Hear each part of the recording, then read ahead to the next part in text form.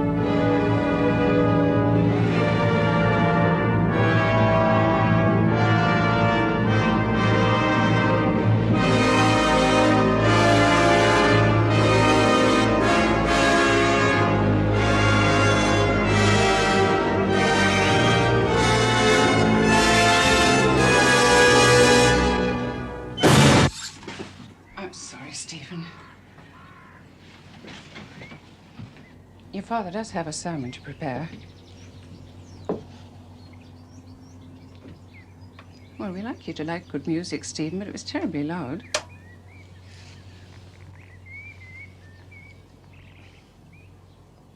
Don't be silly, Stephen.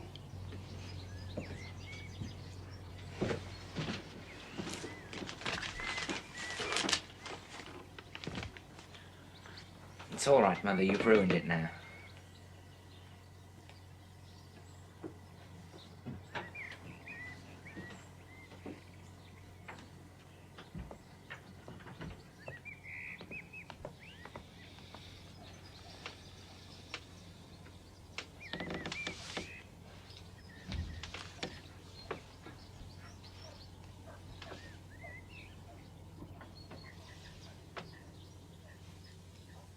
I think the greatest visionary work in English music is The Dream of Gerontius by Sir Edward Elgar. It poses the most important question. What is to happen to my soul? Gerontius, Greek Geron Gerontos, an old man, has died. The music portrays his experience after death. An angel meets his soul beyond the grave. I think this angel is male, yet he sings in a woman's voice which makes him unearthly. He takes the dead man's soul across the grills of hell, where demons scream and mock them. Soon they approach the courts of light. We hear a distant singing, tumultuous, like a mighty ocean. Elgar himself was a pious Roman Catholic, but his message is true for us Protestants too. Perhaps especially for those not blessed with the Christian faith. And though it is about the judgment on one dead man, it is surely about that other judgment that faces us daily, in every moment of our lives, over and over. We come to the crisis. Gerontius asks, shall he see God? The angel cries with joy, this soul is strong enough to look on God and stand the terror and the shock.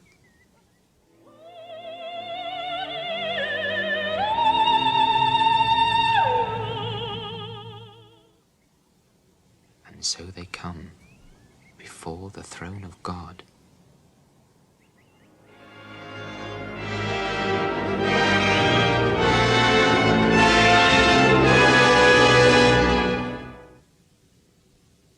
A terrible silence. And then breaks out a brief, fearful dissonance. The moment of the glance of God. Surely the most shattering moment in all of music.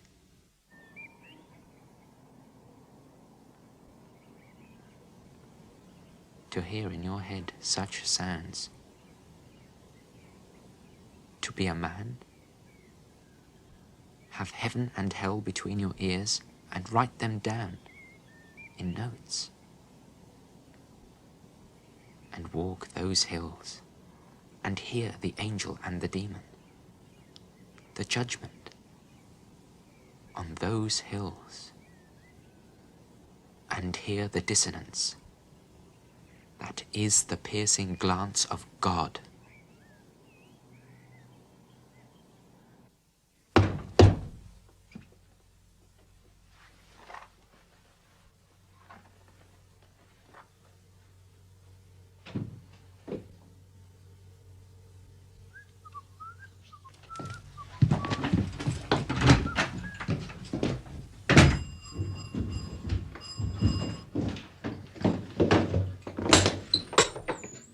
Squire, is this the day you school kids play at soldiers, then?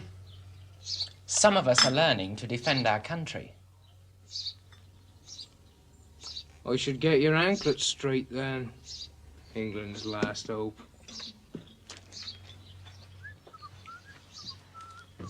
I wish Joel had liked me. He can be so cutting.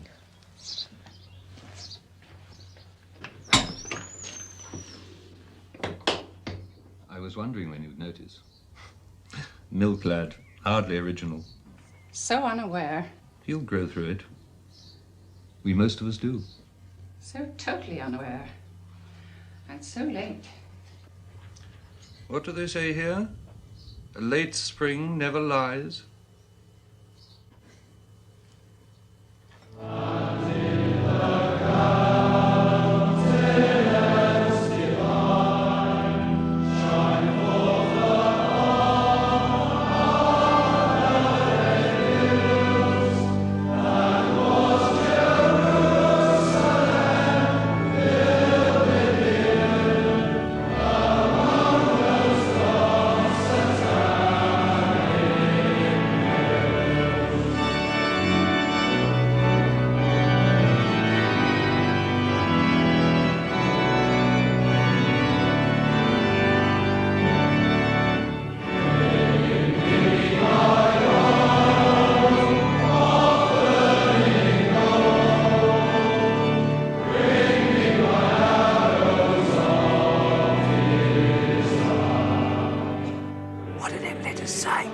Those letters.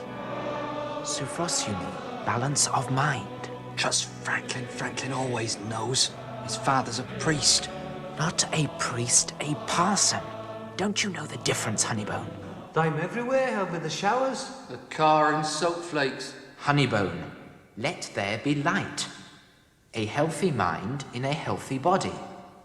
Even over the bog, look. Genothi seauton. That means discover thyself. Uncover thy ass, more like. Honeybone, that's dirty.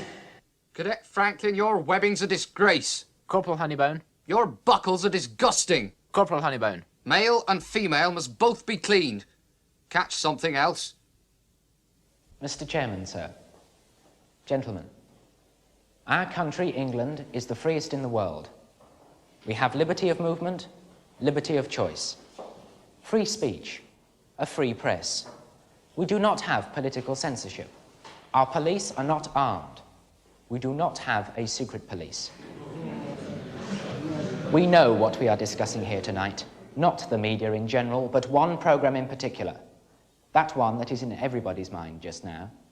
the so-called TV documentary, Who Was Jesus? Who was Jesus? It calls itself, I quote, investigative theology.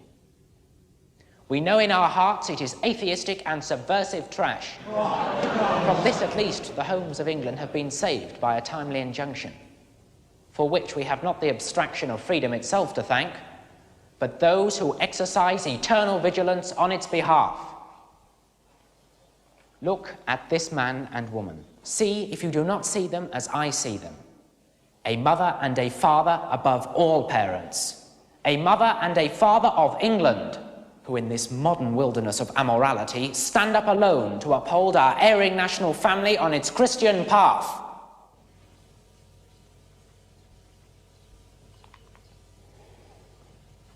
Perhaps we should let the 18th birthday pass and not tell him at all. Never tell him.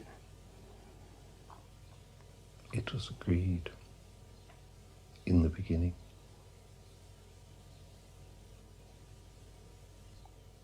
Not to tell him till he was 18 was agreed. A mistake. Yes. We should have done what we thought was right, not what we agreed. Yes. With all respect to the lady who asked this, our postmistress, I hope she doesn't take this out on me by withholding my mail. You talk about strikers holding the country to ransom. Well, what are they supposed to do? Play cricket? Besides, hold us to ransom, isn't that what government itself does? And by government, I don't mean those figureheads who come pleading to us every 5 years to have their licenses renewed. I mean the manipulators, the fixers, the psychopaths who have real power in the land. Is it strikers who play monopoly for real with our countryside and cities? Is it strikers who smash the fabric of our communities for greed?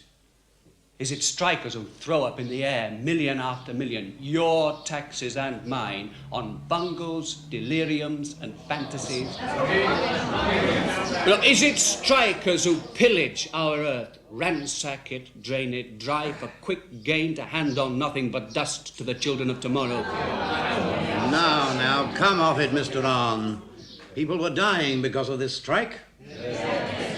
Pensioners, old soldiers, dying of starvation and cold. Yes. When that happens in a strike, it's cold they die of. When it's inflation, authorities' high hand, or callousness that kills them, it's hypothermia they die of then. Now, you have to get this into perspective. Perspective I give you. What, for instance, is the ultimate question a government are left with when pondering matters of defense? How many million civilians can we afford to let get slaughtered before the remainder revolt and depose us? Mr. Chairman, do we have to endure this hysterical barrage? Each must have his say, Sir Nicholas. Look, not far from here is an expanse of country. You all know it well. Brummies drive out of a Sunday to leave their litter there. Poets have hymned the spirit of this landscape. Our greatest composer has enshrined it. Farmland and pasture now, an ancient fen.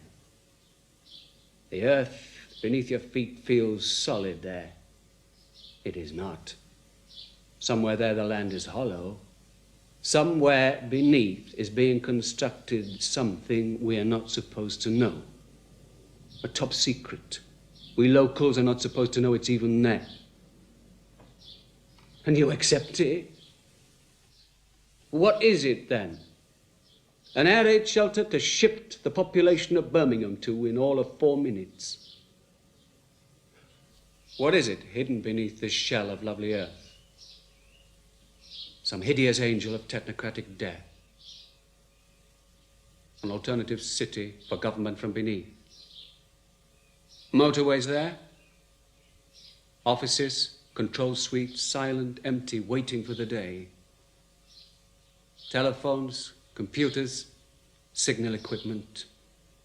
Ministry pencils, every grade of H&B, ready, sharpened against the minute. Oh, you say, it must be something to protect us. Us? When for all we know, the likelihood is our entire civilian population is marked down on some top-secret memo somewhere as strategically expendable. When you talk of holding the country to ransom, please think of possibilities like that. The British working man will never let a dictatorship happen. He's far too bloody-minded. I damn well hope so. Mr. Arne is a writer. For all I know, he might be another Shakespeare. But his imagination runs away with him. That is a shocker. He's a terrible crank, Father. He is a shocker. He's not a nice man from his television plays. Well, can't you, Mother? There's always somebody in them unnatural. I think he's unnatural himself. That's why he and his wife haven't been blessed with children. Stephen. It's probably a good thing. What? That they haven't any children. Bringing them up with values like they have. God gives to whom he chooses. He does not make mistakes. Stephen, you can be grotesque.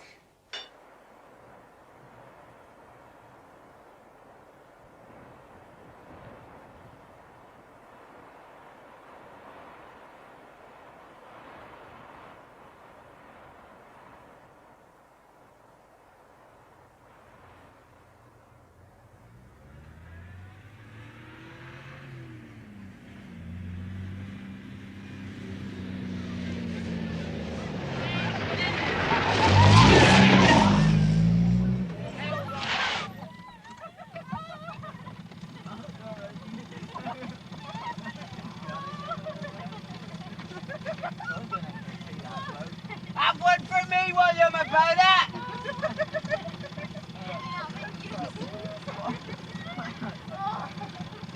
Hey, hands off, Barry. Kiss her. Manners. Oh, your brother. I'm gonna have my life waiting for that. Hey, what?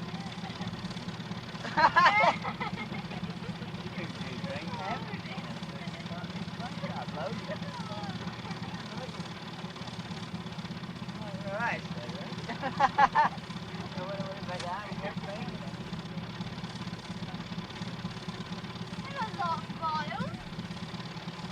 Rot! Rot, Gisborne!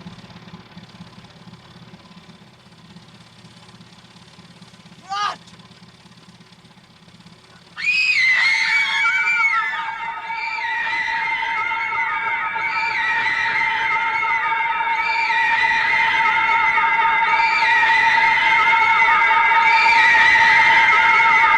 The man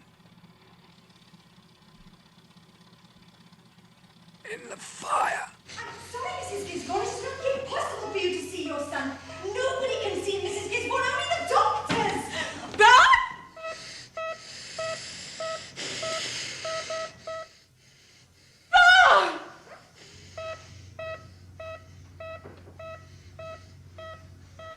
I had a dream like that, sir. Like the Queen in the play, sir.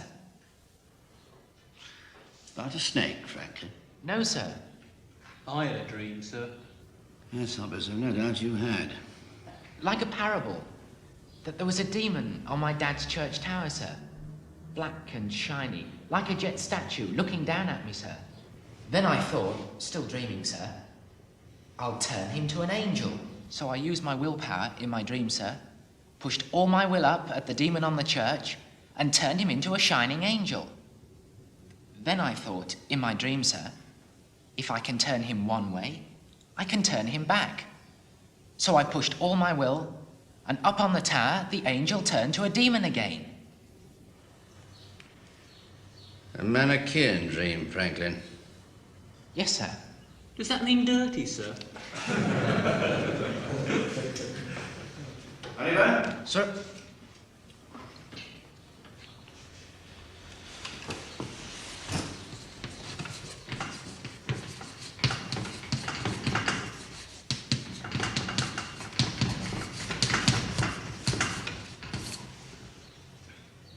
It's a heresy, sir.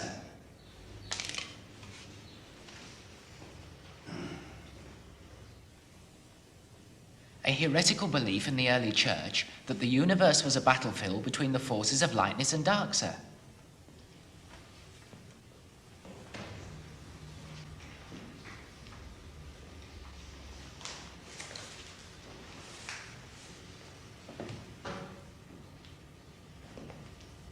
I only wish, Franklin, you would now and then transfer your Manichaean impulse to the rugger field. Yes, sir. Franklin doesn't do anything for the house, sir. But he's a passenger. He ought to be boiled in oil. They're skinned first, then boiled alive.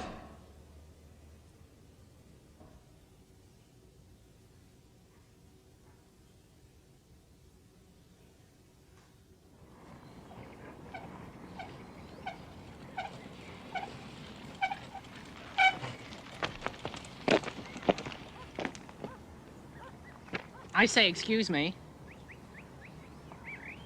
You've spelt Pinvin wrong. It's V, not F. Pinvin.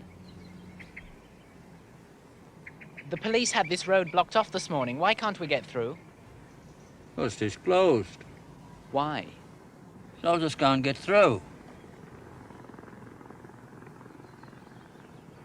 It's Pinvin.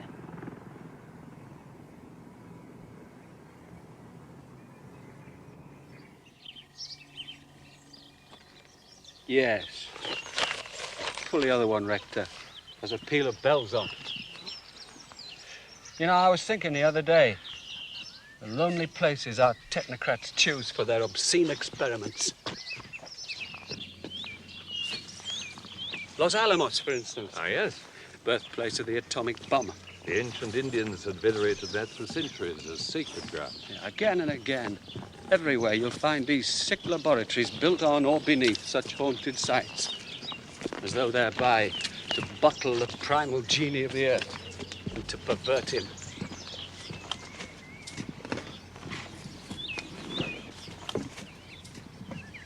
Oh, who's the genie in art, then? I wouldn't know. Are you interested in the occult, Mr. Hahn? Not in the least. I'm a writer. Demons are my own.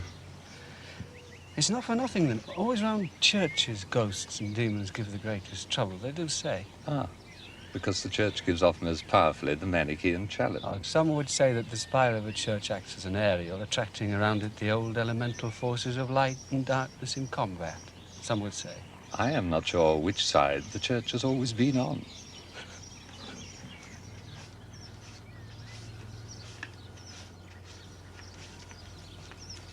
Hello, Stephen. Hello, Mrs. Hahn. What's the leaf for?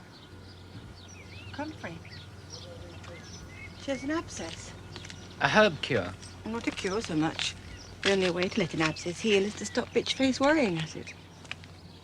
Can't the vet put a poultice on? She'll tear it off.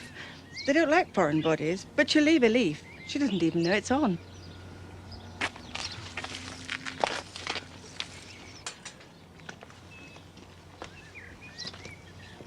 Put the cat down, dear. She isn't a child.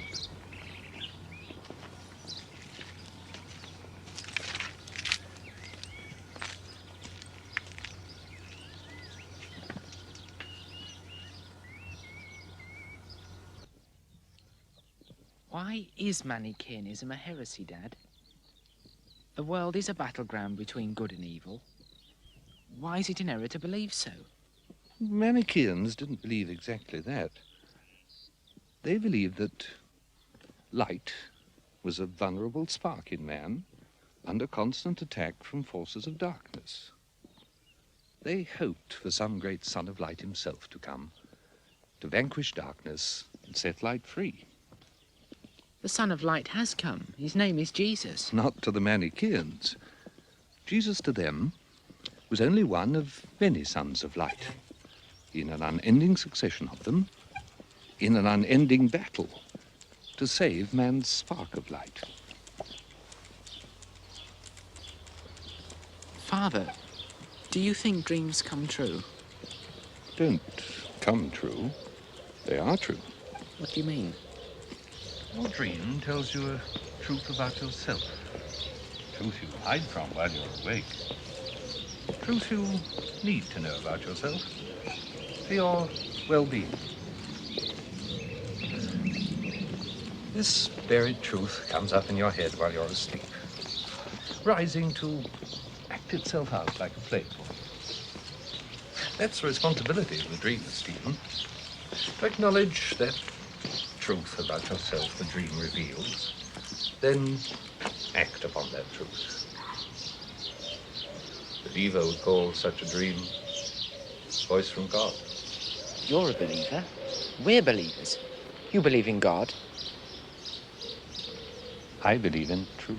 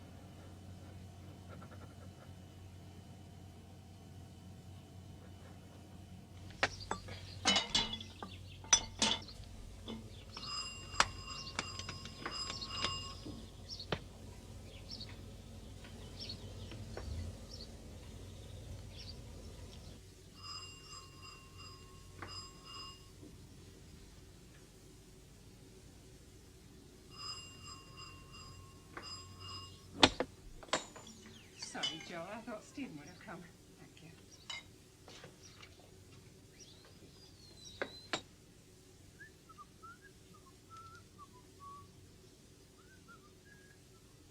Parade, attention! Open order, march! This is for the right dress!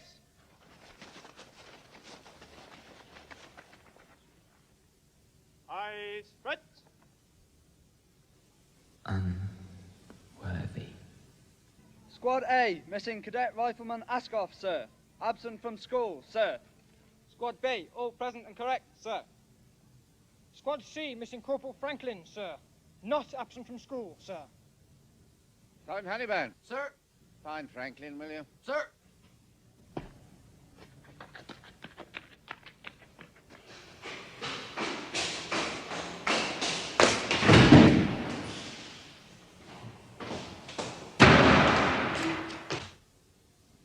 Discover thyself.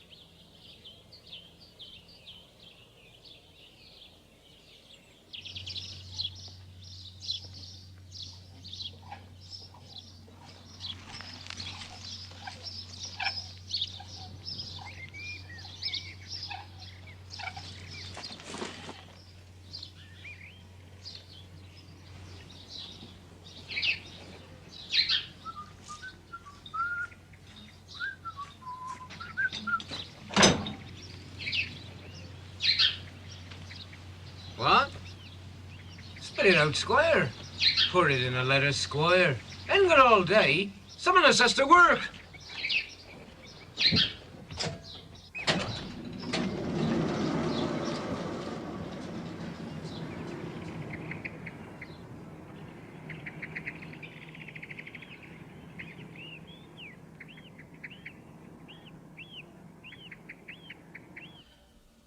So, now you'll renege on your military apprenticeship also. What are you, Franklin? A non-cooperative, sir. And whose noble company do you now join?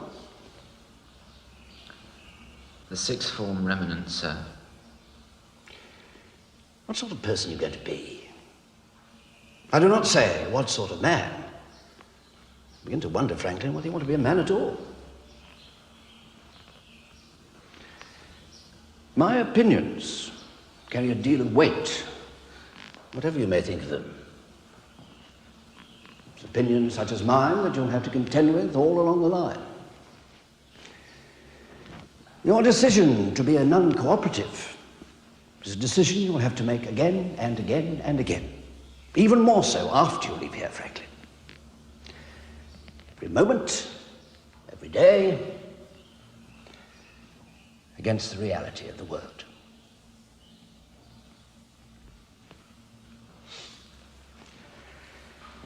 No doubt you think me a very peculiar sort of chap. Not at all, sir. I have always looked up to you as an English norm, sir.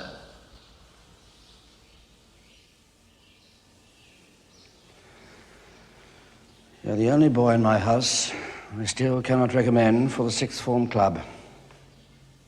Doesn't that pain you?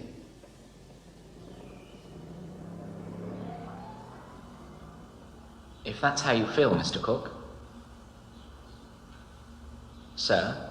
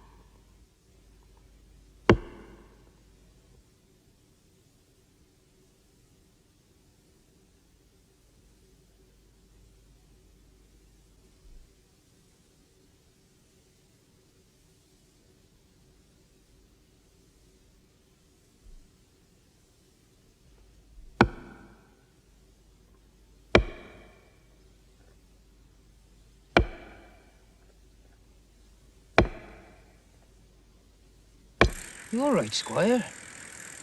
You all right?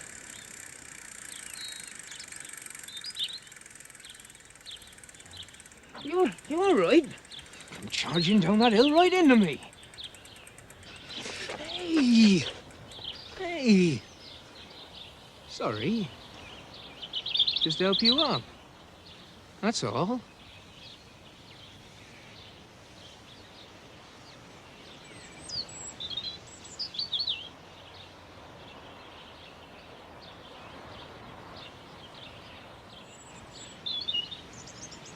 That's all.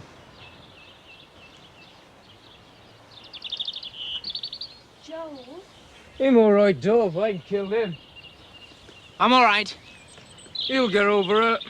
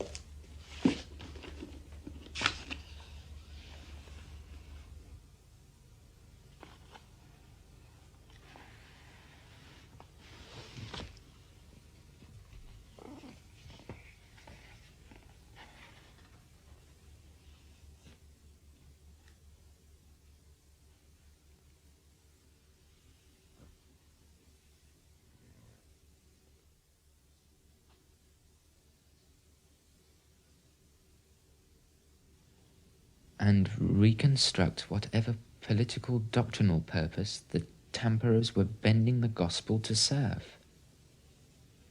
Unearth from this fabrication the troubling historical and spiritual reality of Christ himself.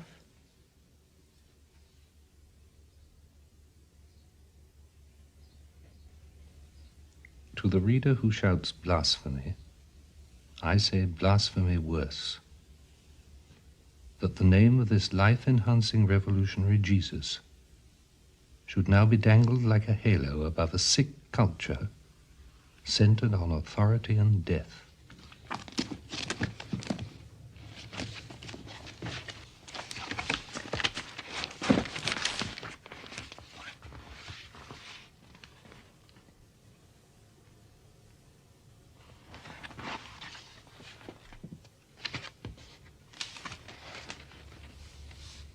Dad, the place name book. Oh, I lent that. Show your father, Stephen. I meant to bring it back. Oh, well, only if you finish with it. I got what I needed. I should have one of my own. Buying it's one of those simple jobs that never get done.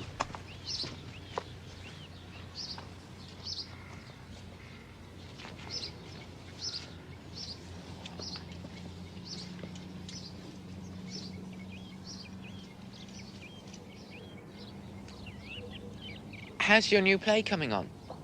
It gets written. Will it be outrageous? Your plays often are.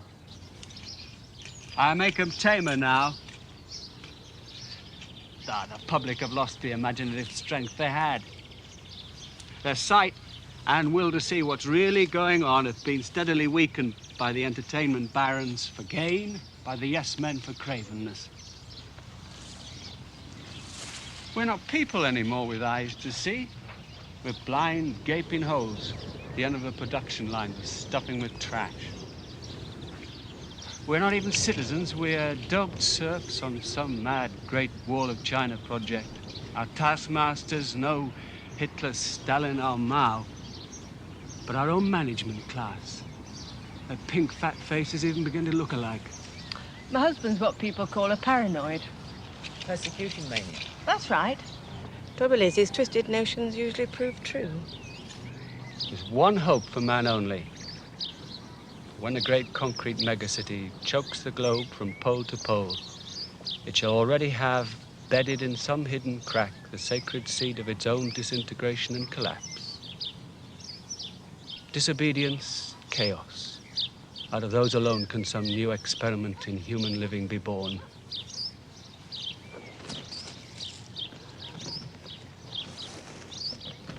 Here am I subverting you. Your father will be horrified.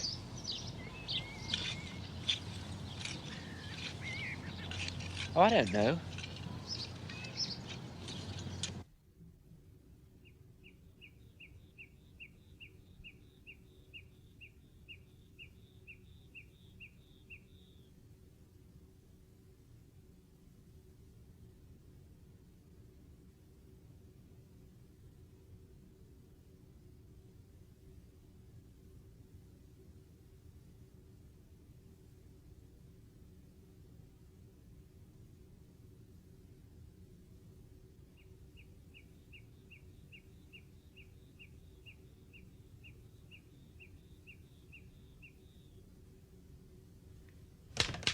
Dear headmaster,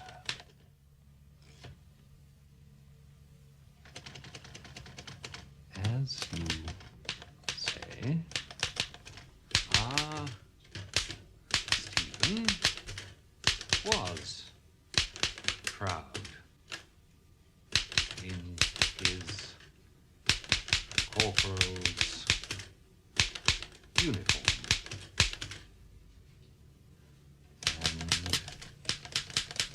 All that it stood for.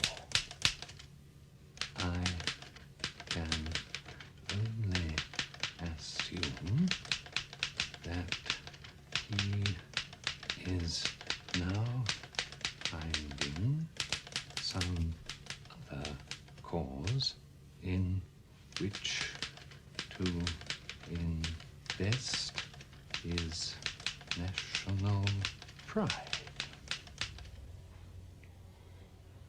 Well, I can only assume it's because you hanker suddenly to join what I term your generation's underside.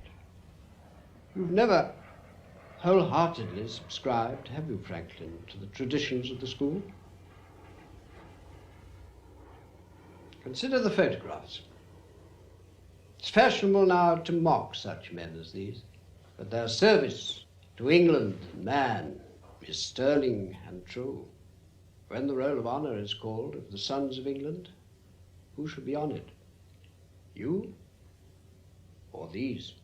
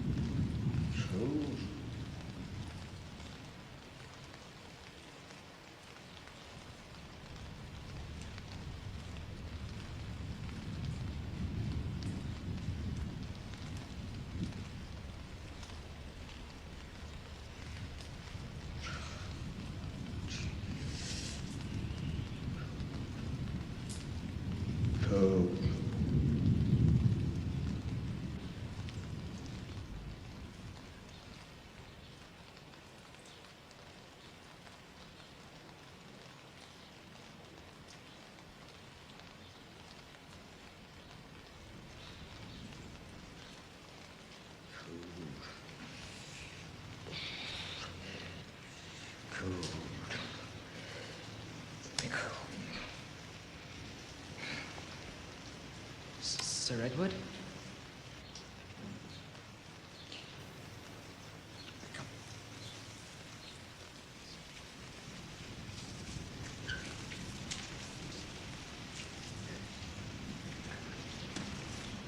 Holy strong, Lord, come to judge me. From the depths I pray to thee. Where did I pluck the sublimity of that? From the angels, from the air? From a dog. His owner refused to give him a bone. I Gerontius' transcendental deathbed cry, I music from the wine of a dog for his bone. Sanctus forces. For my 70th birthday, they gave me a dinner. Afterwards, at my house, they made music for me. I lived in that empty house for so long that they wanted to give me company, music, be kind. Young girl sang for me. Oh, so nervous, so nervous. She'd practiced her song all day long for me. It was a song of mine, you see. I stood up, quaking. My fist was raised, my brow was thunder. Stop, stop, stop! You ruined my birthday. She burst into tears and ran from the house. Never sang a note again. Because, you see, that song was written for my wife. My wife. So long ago.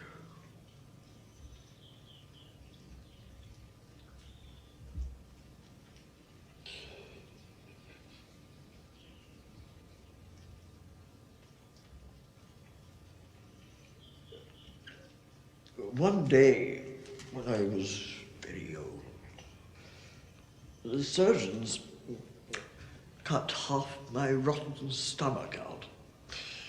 No anesthetic. Shock was too much for the old heart. They anesthetized the stomach only. There was a tiny curtain so that I couldn't see them cutting me. But there was a mirror in the ceiling. They'd forgotten about that.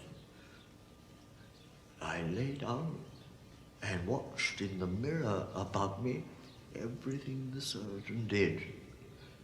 His knife butchering, boweling me alive. My vitals, my sustaining blood. Is all that Helga? Very interesting. Have they cracked the enigma yet? My secret, the famous tune that fits with my enigma theme. Has anyone identified it yet? Oh, that, sir. Well, they have tried combining your theme with all sorts of tunes. Old Lang Syne in the minor, even God Save the King. None of the combinations is really convincing. The tune that fits is under all their noses, but they won't spot it, because, you see, they have no demon for counterpoint. Shall I tell you what it is? Yes, come here.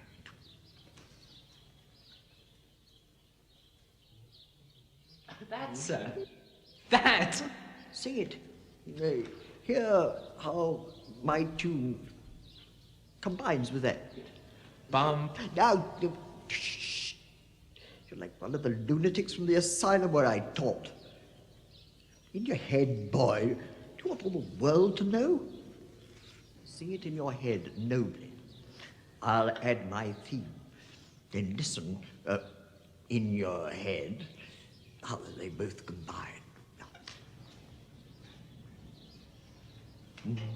Da da dee dum, da dee da da dum, dee dum, dee dum da da dee da da dee da dee da da da. So tell no one, Stephen, nobody. It's a secret between the hills, yourself, and me. Till the grave, sir. The grave. Ah, yes.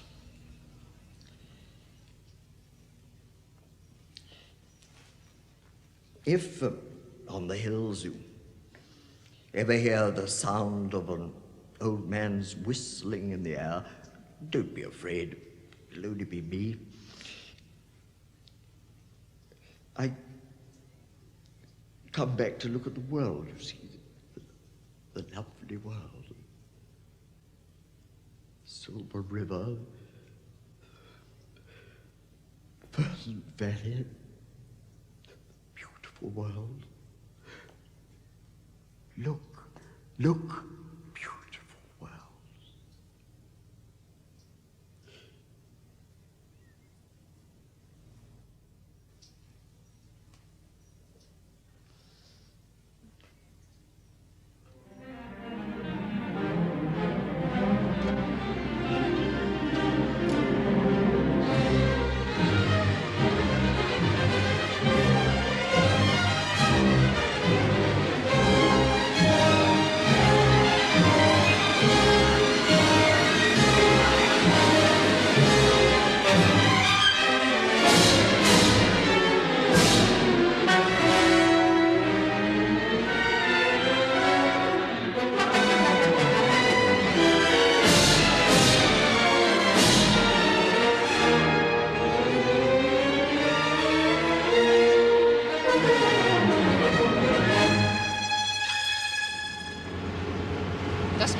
how good your marks have been.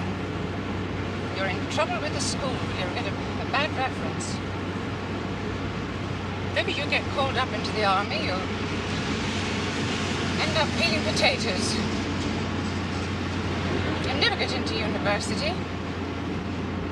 You'll finish up on a conveyor belt. Don't you sneer, Stephen. A man cannot leave the belt for one moment without getting a stand-in to take his place. The belt moves on regardless of the needs of men. It gets at a man's heart. The whole rhythm of his life is chained to the machine. It's called productivity, Stephen. I've seen it. All day long, the ambulance is here and never still.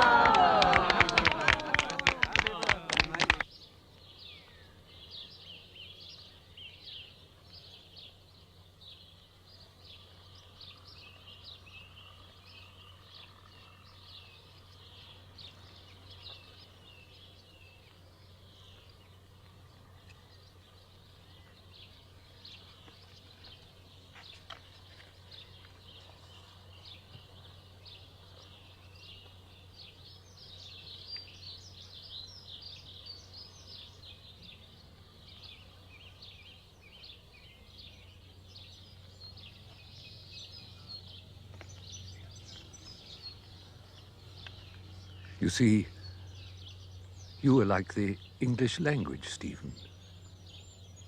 You have foreign parents, too.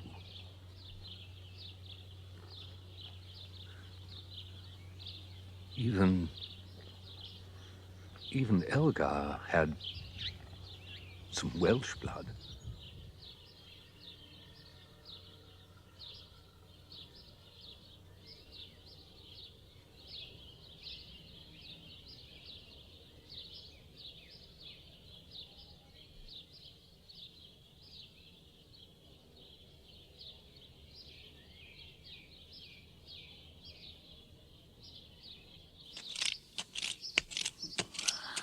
Bloody garden. Never get on top of this bloody garden. Bloody sow thistle. Bloody speedwell. Sod this bloody garden. And the people before us who let it run wild. Bloody sow thistle. Bloody speedwell. I'm sorry what I hear, Mrs. Arne. Me swearing? Oh, no, no. That you can't have any children. You live with that? Can't you adopt some? Oh, we've been accepted on the lists. There just aren't the babies.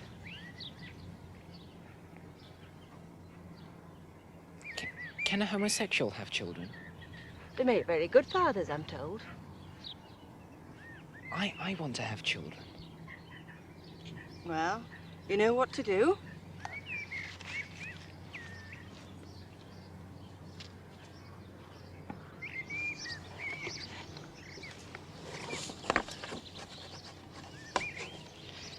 I only hope you and your future wife will make a better chemical compound than us two. Oh, we got one started. It fell out. My womb rejects. Chemical.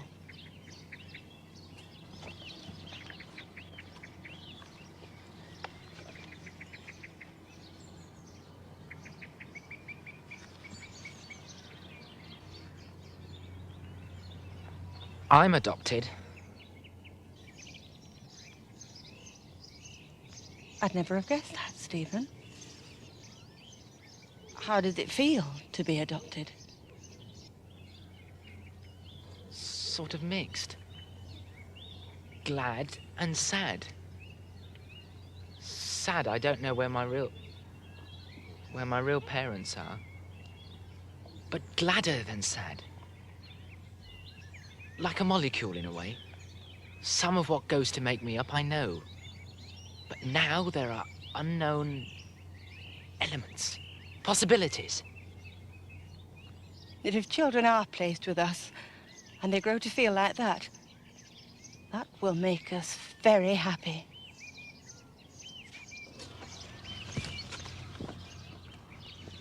But I hope they give you lots of children, a whole tribe. Stephen. Because you're interesting people. Your children would have interesting lives. Come on, Stephen. Don't stand around all day. Your arms are one length. Make yourself useful.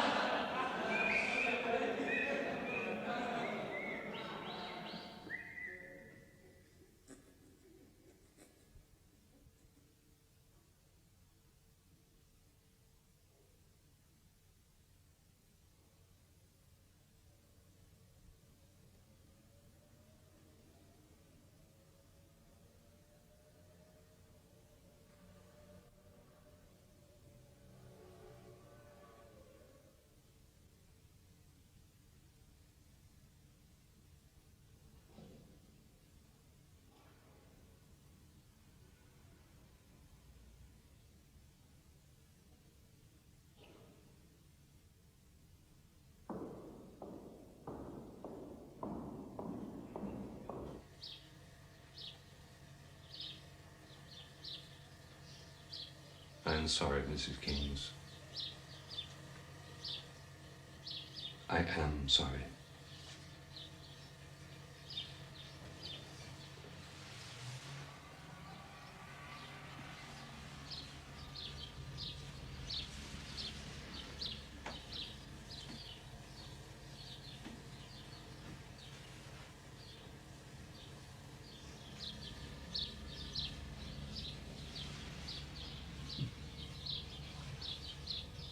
We pray for your reunion on another shore.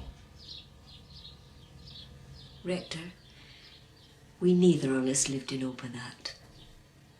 We have our days. Now is over.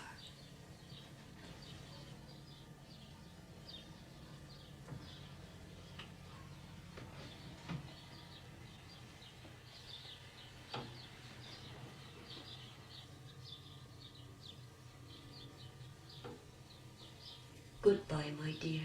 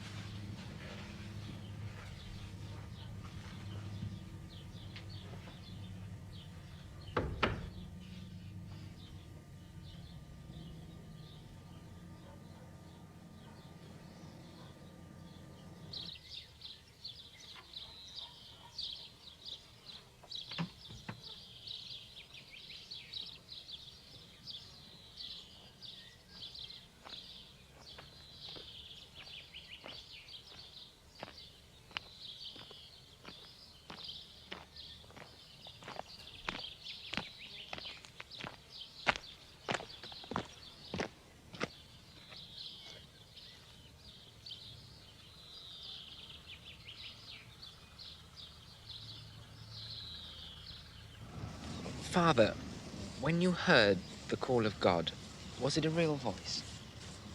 Any voice you hear is real. But outside your head, was God's voice to you outside your head? No burning bush, if that's what you mean. Joan of Arc heard voices. Joan was a witch. The English only burnt her for one because she was a patriot of France. An official patriot and French saint now. What was she? There is some evidence that she might even have not been Christian, but that she practiced what is called the old religion, the primitive religion of the villages and fields. She worshipped the devil? Stephen, when a church, any church, goes to war against an older god, it has to call that older god the devil. In her last moment, we are told, Joan screamed through the flames to Jesu. Jesu. Whom did she see? The plaster Christ of the cathedrals, or her old elemental village god, the son of Adam, son of man, the torn, flayed hero bleeding on the tree, the old man god, unchanging, ever-changing. Samson, Marduk, Jesus, Balder, Heracles, by whom this earth is haunted since the first beat of the heart of man. The bishop wouldn't like to hear you saying that. I have displeased other bishops in my time. The pagans practiced human sacrifice. Do we not? Their millions threw the fire to Moloch, living and dead. You know the old meaning of pagan as well as I do. Belonging to the village. The village is sneered at as something petty. Petty it can be. Yet it works. The scale is human. People can relate there. Man may yet in the nick of time revolt and save himself. Revolt from the monolith, come back to the village.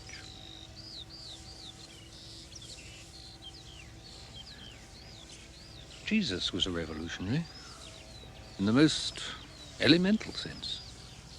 In him alone. In him alone, the legislator and the demon fuse. He has been taken over, just as Marx was taken over, perverted by the Pauls, Augustines, Constantines, the institution mongers, the doctrine men. We crucify him over and over. Over and over in that church, I crucify him. Then why do you stay frogged? Because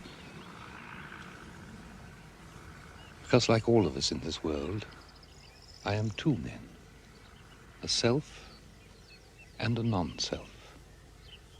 Only by being non-selves can we now survive in our own mortal shrouds we weave around us. And what shall this survival profit us? In this day of the mask, this day of corporation man, what shall the self do then, poor thing, but curl away in from the poisoning wind and dream? Dream of some second coming man himself must bring about through some last disobedience and new resurrection.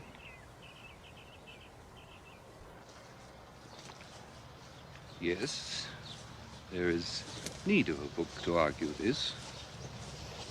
Perhaps you might give the world just such a book.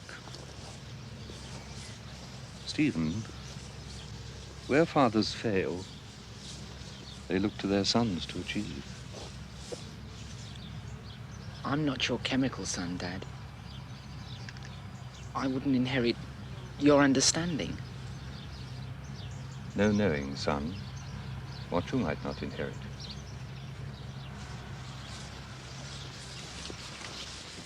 The world would have become this present bedlam, church or no. Yet I wonder. Romanticism of a sort, I know, and yet I wonder. Just as I wonder whom Joan of Arc in her last agony saw. I wonder about another, a man, 1,000 years even earlier than she. King of Midland England.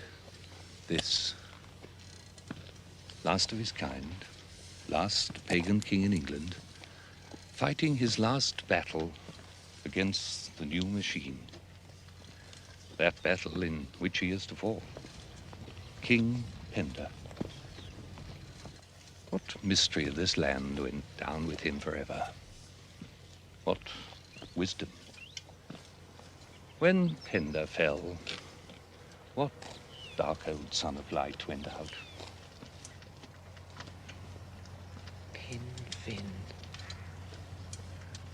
Pin, fin. King Penda's fen.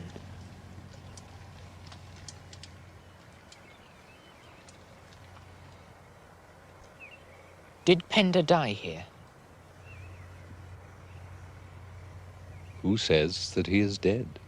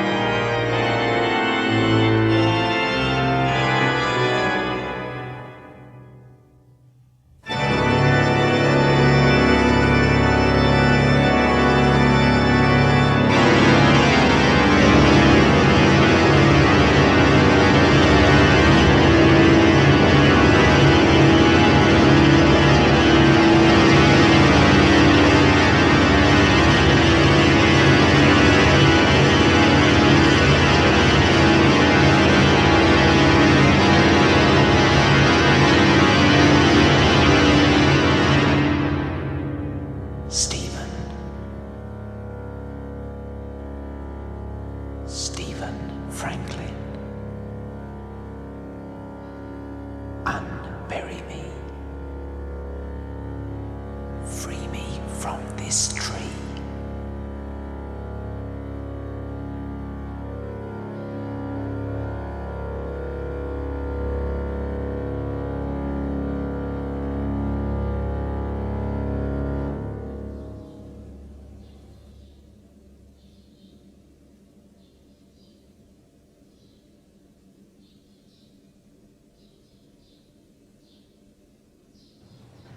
Many of us proceed to the ancient universities, others into family businesses, others into the forces of the crown.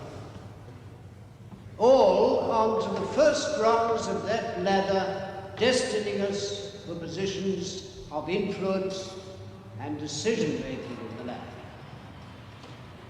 Nor must we forget those somewhat more angular brethren amongst us, whose eyes are turned, it would seem, upon less concrete things.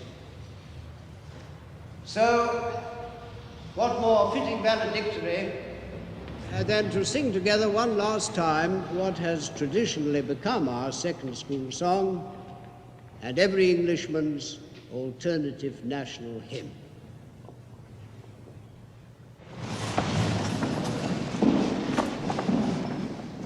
And did those feet in ancient time walk upon England's mountains green?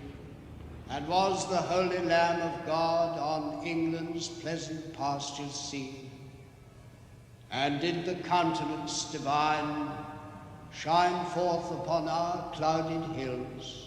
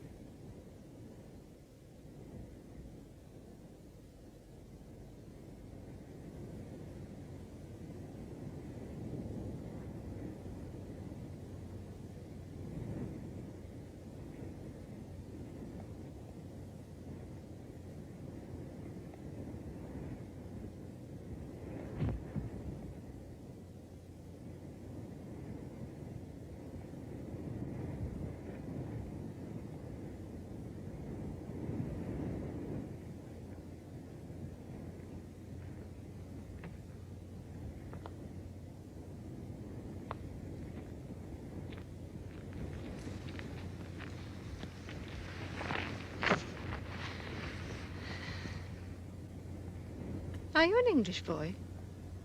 Such a light in his eyes. True English boy? It is he. It is he. He has the light. We knew the child would come. He's been promised us for so long. But that we should find him. It's too lovely to be true. No, if we touch him, he'll vanish. It's written. The child is innocent. He does not know his inheritance. Nor does he know the courage he will need to exercise his right in this dark world. Not that they put us to the fire anymore. Oh, Stephen. Stephen. Think of that torment. To be burned. Shackled to the mockery of a tree and burned. Living. Burned away. What torment is that? Through the flames, we see our Lord. He reaches out his hand to bring us from the shadow of this world. When we were burned, we cried in joy. The Crostons think we scream. We cried in joy. When we are burned, why we are turned to light. Look. Your inheritance. The kings of the earth you can govern. They walk in their sleep. Yours is the right to inherit the power. To will their will. Power, Stephen. To turn the rock of the world to wealth. Power. To fall and not to die. Like Joan the maid. To fall and not to die. You have to come with us. You are our child of light. You have to be born in us. Then you become pure light. No. No! Oh. I am nothing pure. Nothing pure. My race is mixed. My sex is mixed. I am woman and man. Light with darkness. Mixed. Mixed. I am nothing special, nothing pure. I am mud and flame. We can't have him. Darkness must not.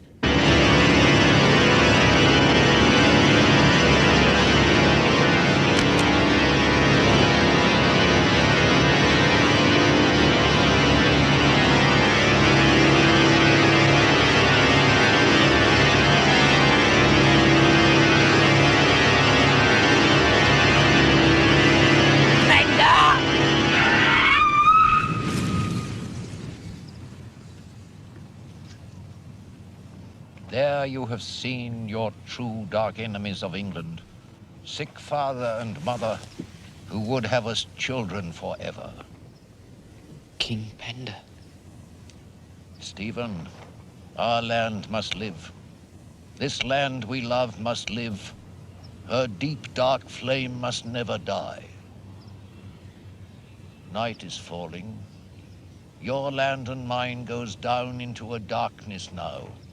And I and all the other guardians of her flame are driven from our home up out into the wolf's jaw. But the flame still flickers in the fen. You are marked down to cherish that. Cherish the flame till we can safely wake again. The flame is in your hands, we trust it you. Our sacred demon of ungovernableness.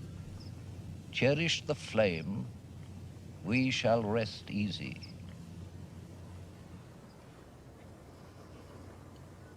Stephen, be secret. Child, be strange. Dark, true, impure, and dissonant. Cherish our flame. Our dawn shall come.